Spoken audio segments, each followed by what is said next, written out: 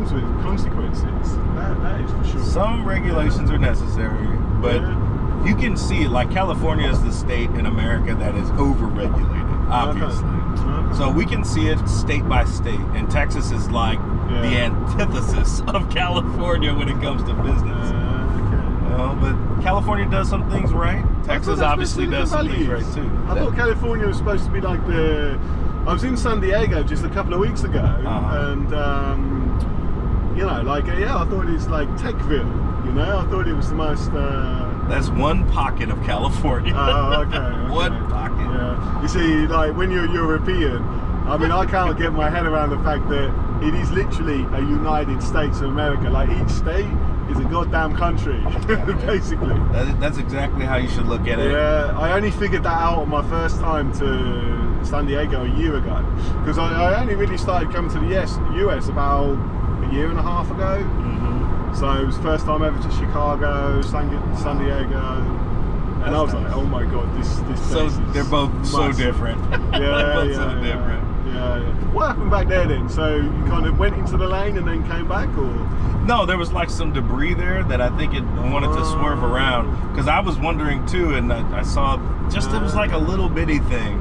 And I was like, he probably didn't need to make such an egregious effort to get out of its way. Okay. But it did. Again, I was like, what? So as a driver though, do you not feel a bit bored? Oh yeah, 100%. If I don't have a customer like yourself that is engaging my brain, then I can get lost in the blue sky. Oh my God. But the car will make sure I'm paying. It knows when it'll give me like a drowsy set, like, hey, you probably need to perk up a little bit, right? Does it talk to you? It'll just, if Grok was connected to the car, it would. But it's not. It doesn't know my air conditioning settings. It's got a basic knowledge of the world via the internet. But I want it to be connected to the car. Sure. And this is the Model 3.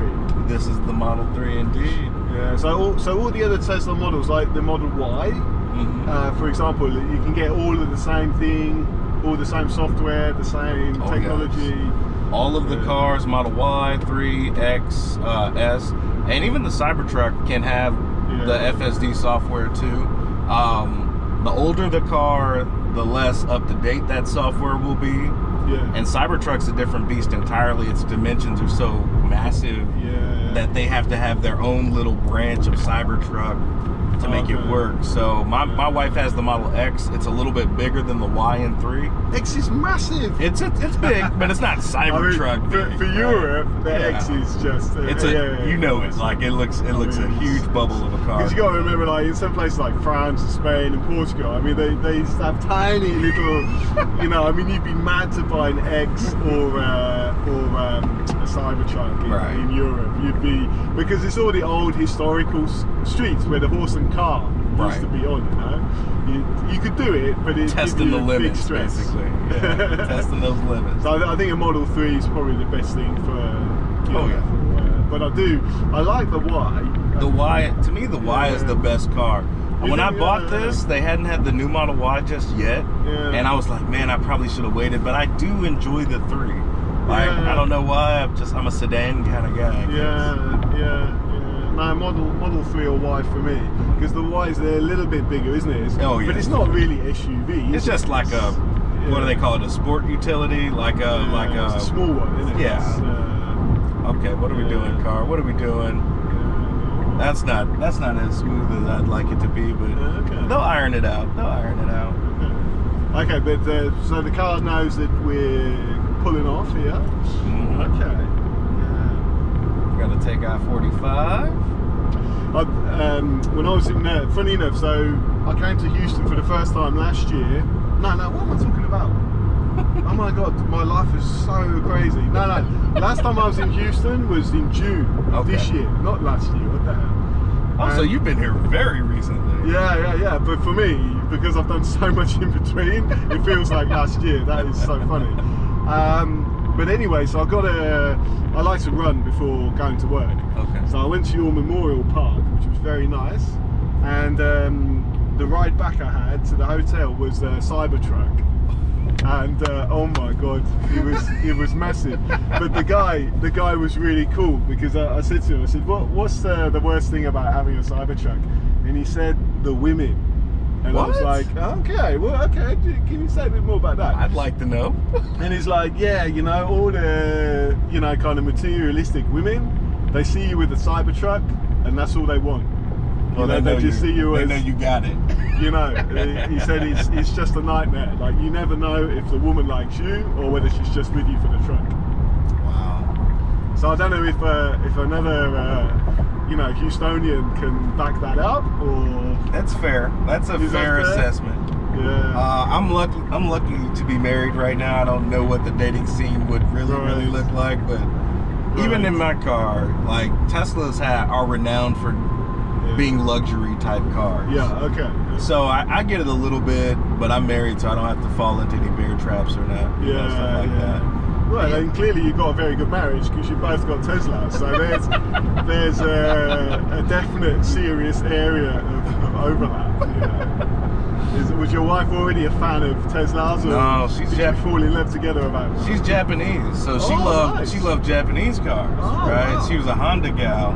Oh. And back in 2020, I had a Hyundai Sonata. It was a hybrid, getting 600 miles to the gallon. My aspirations were just to go to the gas pump less. Yeah. And then I saw a bunch of Super Bowl commercials about EVs, and did a Google search. It was like, who does EVs the best? And Tesla pops up, and I'm like, but I'm still not ready to make the leap to go electric until I met a guy at the bar. He had a Tesla out front, and I was like, hey man, that's yours? He's like, that's my wife's. And he gave me his anecdote about his wife got into an accident with a Tesla. It got totaled, and then his wife said, that's the only car I'll have because I think it saved my life type stuff. He was very adamant. He's like, it drives well, and this was even before it started driving itself. Yeah. I go to the little showroom in the Galleria. Have you been to the Galleria? Yes, I have actually. Okay. There's back in June. Okay. Yeah, so it's a huge shopping centre, isn't it? Exactly, right. And they got a Tesla. I like your cheesecake factory. That's what I remember about Galleria. Everybody likes the cheesecake factory. It's amazing. Yeah. But yeah, they've got a Tesla storefront in there as well. And I went in there with the wife, and she's like, I can't believe you're doing this. And I walked in there and I saw the Model X, which is her car right now. And I went in there and the doors were up, Falcon wing doors. And I asked the dude, I was like, hey man, how much is that? And he's like, it's about 100,000. I was like, what you got in here for me? And he pointed me to the Model 3, and it was $40,000 at the time. And that's a huge difference. Right. Wow. So I was just like, if you don't have anything that's under 100,000, I can't be here. And he was, my car is doing a lot of swerving here on the highway. Maybe it picks up on our energy. You know, it's a happy car. I'm just making sure it's not doing anything cuckoo for Cocoa Puffs here. But yeah, when he said, the Model 3 is about 40,000, comes with this. He's like, you know, you don't have to be here. You can just order this thing online, right? Yeah. And I'd never ordered a car online, so I was like, he's like, I'll guide you through it. And I'm just clicking through it, and he's like, seats, car color, you know, FSD. He's like, you know, I didn't get it at the time because it didn't work like that, like it does now. And yeah, I put the down payment down for $100, and the car came to me 3 weeks later. It was the craziest car buying experience I'd ever had, and I enjoyed it. And then about 7 or 8 months later, Yosh has her Honda CRV. And she takes it in to go get maintenance, and she had to replace the oil and do some all those other stuff. And I was like, I don't do that at all. And I've had the car for about 8 months now, and I was like, I don't do none of that. And then the guy told her, he was like, hey, you probably need to come back in here in a week or so. We got to replace your 12-volt battery. And she's like, I'm done. She's like, I'm done. And we went in and she test drove the Y. She's like, I can work with this. And yeah, absolutely. I mean, I had a BMW i3 for 6 years. So that was like one of the first, like, you know, EVs like in Europe. Beautiful little car, love it, absolutely. But obviously the technology was very young. I mean, I think the range on that was on the motorway, like, you know, or the freeway, like 100 miles. That's all it was. I mean, 100 miles is a lot of kilometers, right? Yeah, but I mean, absolutely useless for America, I would suggest. I mean, even on this trip right now, I'd be getting range anxiety. There's no doubt about that. But so anyway, like I had it on lease as well, and then because of Corona, you know, like it was easy just to keep renewing that.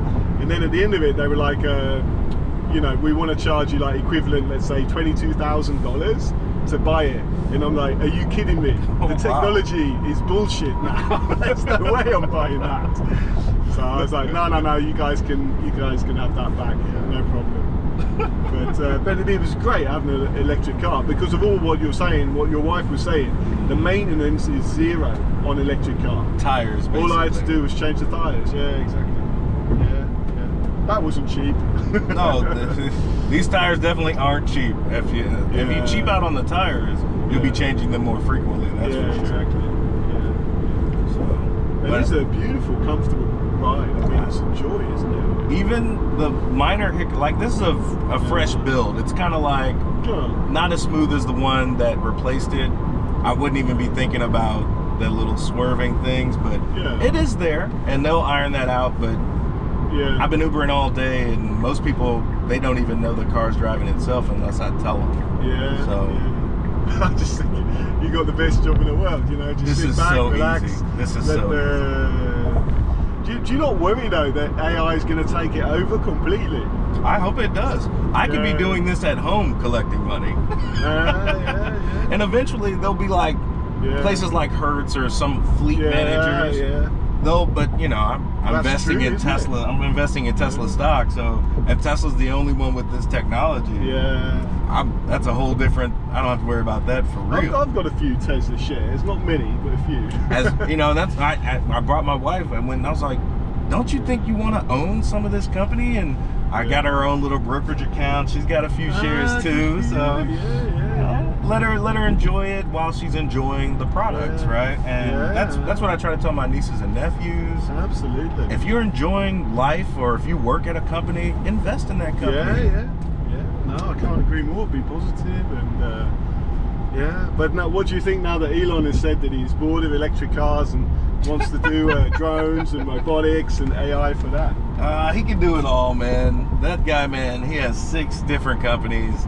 SpaceX, Neuralink, Boring Company.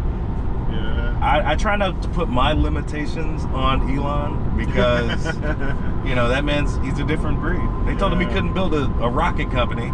There's better ways for a billionaire to waste his money, and he's like, I'm building it anyway, right? He just... And SpaceX has done very well, actually. Oh, yeah. If that thing went public, that would be a crazy stock.